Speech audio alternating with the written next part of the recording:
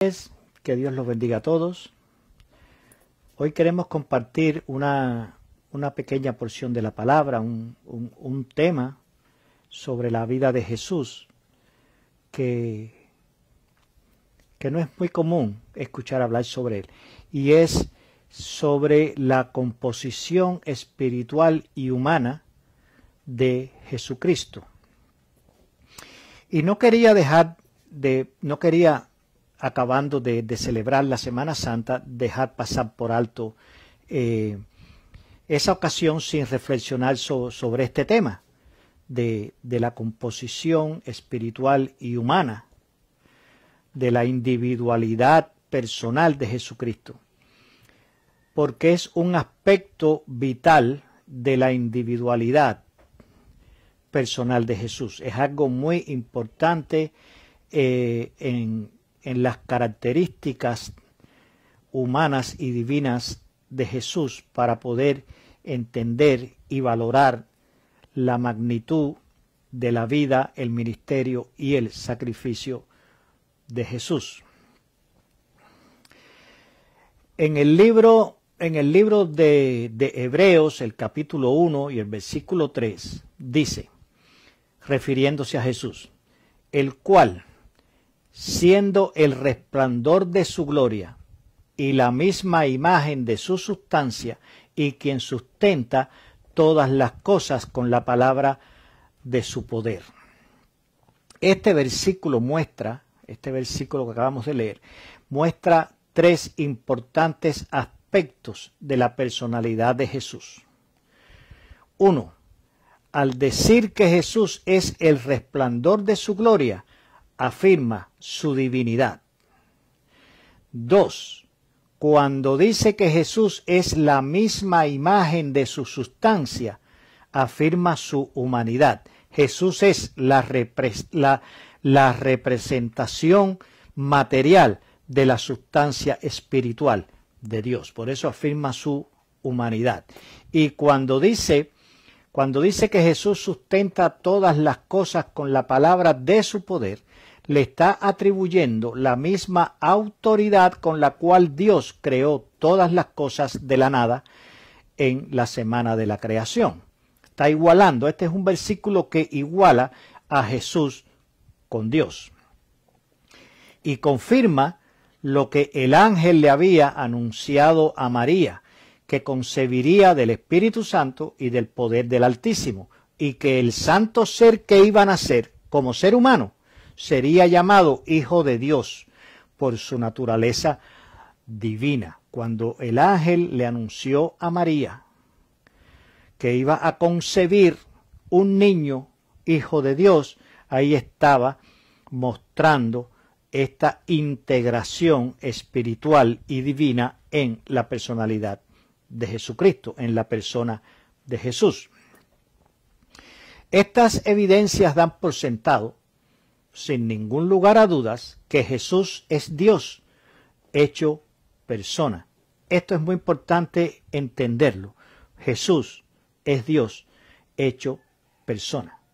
Otra confirmación de esto que estamos hablando la tenemos en el libro de Filipenses, el capítulo 2, del versículo 5 al 8, cuando dice que Cristo Jesús, el cual, siendo en forma de Dios, no estimó el ser igual a Dios como cosa a que aferrarse, sino que se despojó a sí mismo, tomando forma de siervo, hecho semejante a los hombres, y estando en la condición de hombre, se humilló a sí mismo, haciéndose obediente hasta la muerte y muerte de cruz.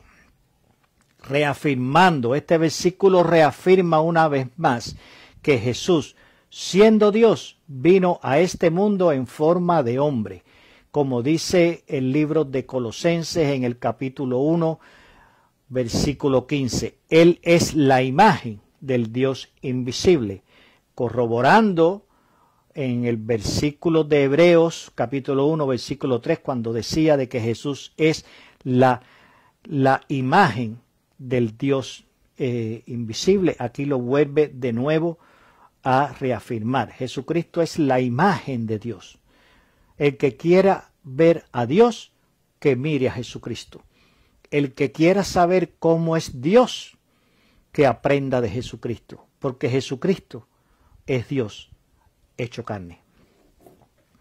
Ahora, en estos versículos también hay un elemento aquí que se muestra, que es que en la persona de Jesús coexistían armoniosamente el 100% de la naturaleza humana y el 100% de la espiritualidad divina, pero sin dar lugar a un 200%, a una persona con un 200% de doble personalidad, sino que era un individuo único, con personalidad humana, controlado por la espiritualidad divina.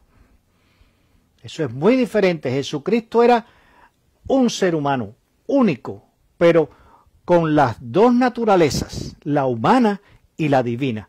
Y la espiritualidad divina controlaba completamente la personalidad humana.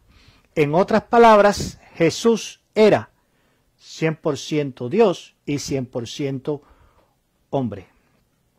Ahora, ¿cómo es posible esto?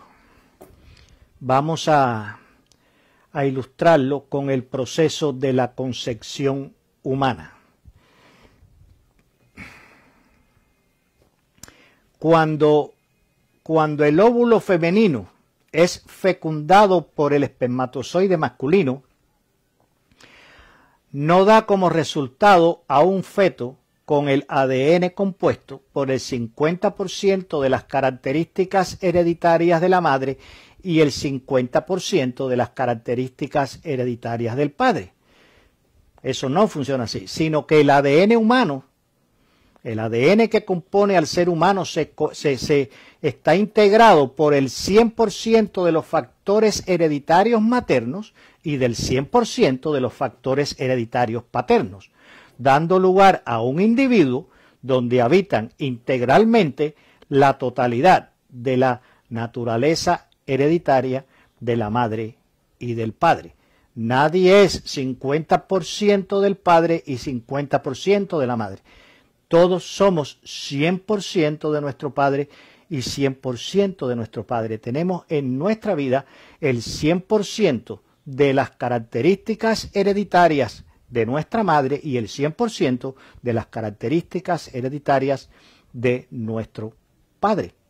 Así funcionamos. No somos 50 y 50, sino que estamos un 100% de nuestra madre y un 100% de nuestro padre habitando armoniosamente en nuestra vida, sin que haya ningún tipo de antagonismo entre ninguna de las dos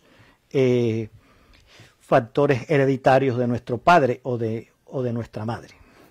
Esto mismo que estamos hablando es lo que sucedió en el nacimiento de Jesús. Para que Dios pudiera convertirse en 100% hombre, tuvo que nacer de una mujer, en este caso María, para conservar el 100% de su divinidad fue necesario la concepción milagrosa del óvulo de María por el Espíritu Santo y el poder del Altísimo, para que no ocurriera contaminación del pecado debido a la cópula sexual ni la intervención del elemento masculino. Muy importante ese detalle. En la concepción de María no me dio cópula sexual ni ninguna intervención del elemento masculino. De esta manera, en la persona de Jesús habitaba el 100% de la naturaleza humana de María y el 100% de la naturaleza divina proveniente de Dios.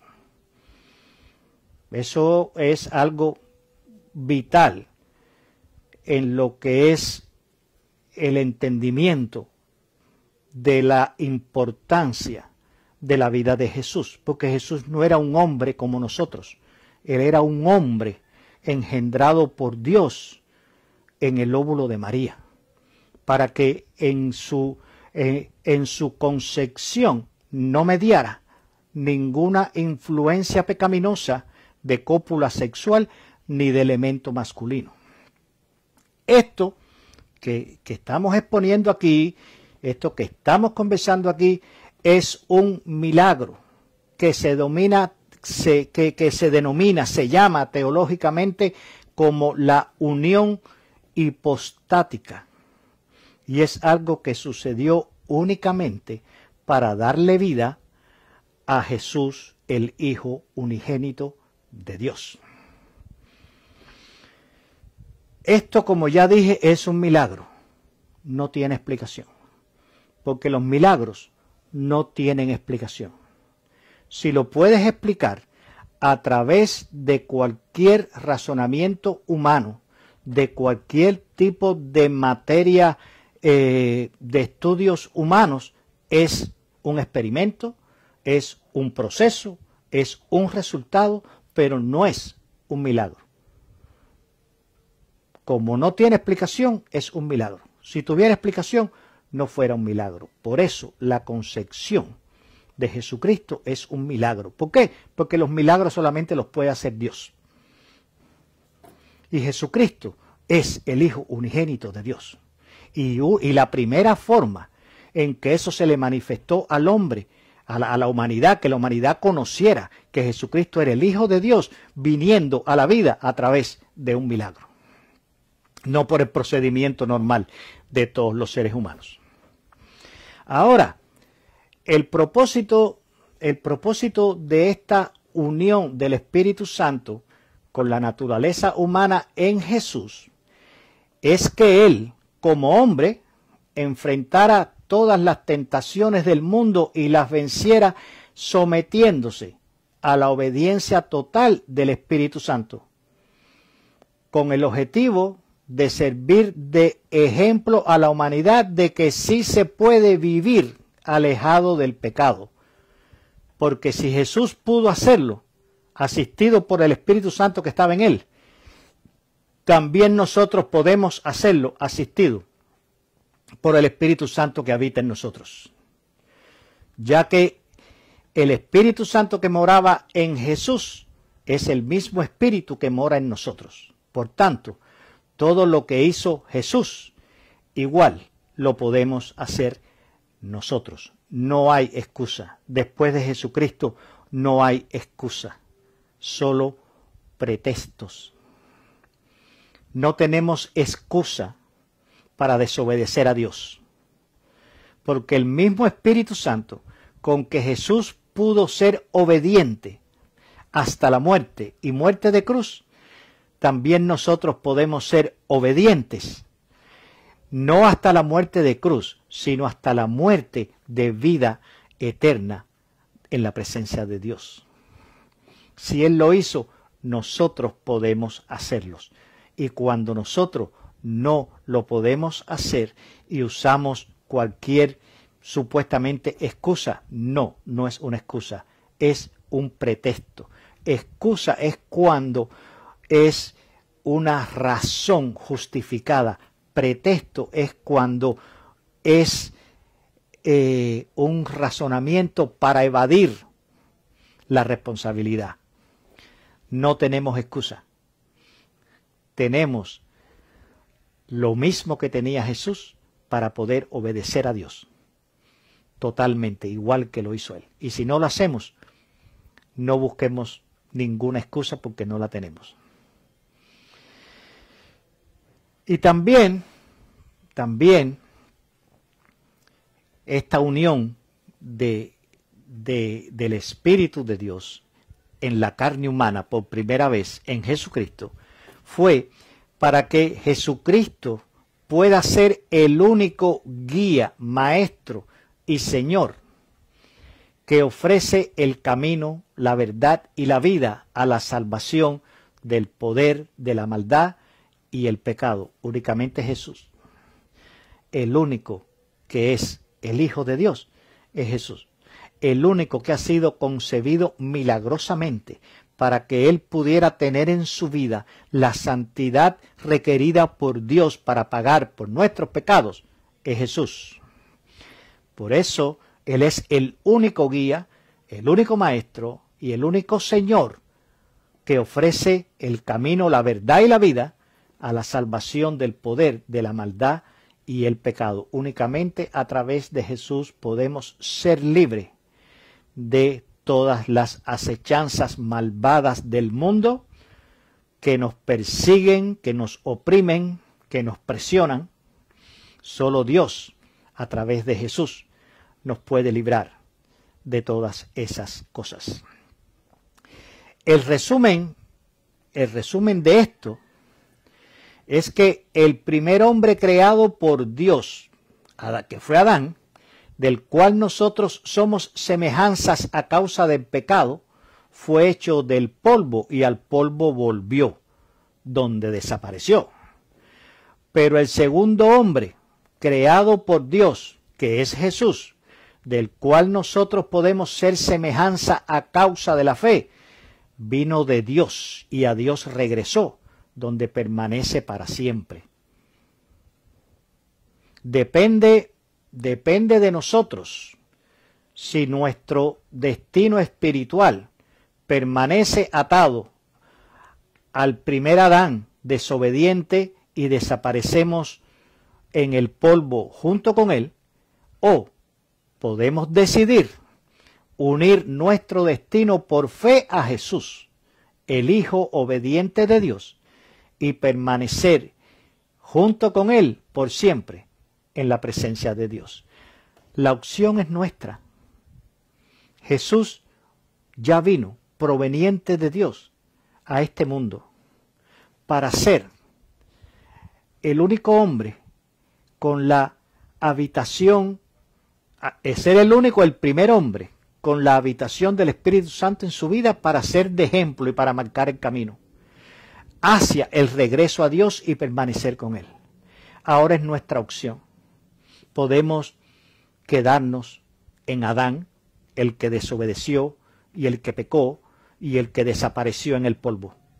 Pero también tenemos la opción de aceptar a Jesucristo como nuestro Señor y Salvador para poder, junto con Él, regresar a Dios y permanecer en la presencia de Dios por siempre.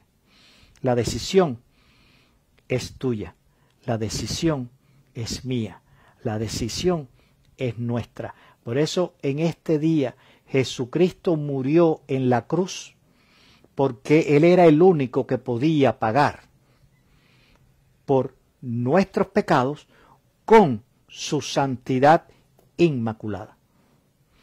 Solamente en Jesús podemos ser salvos. Por eso, en esta noche, mis hermanos, en esta tarde, que Dios los bendiga mucho, tomemos la decisión correcta. Pongamos nuestra vida en el camino correcto.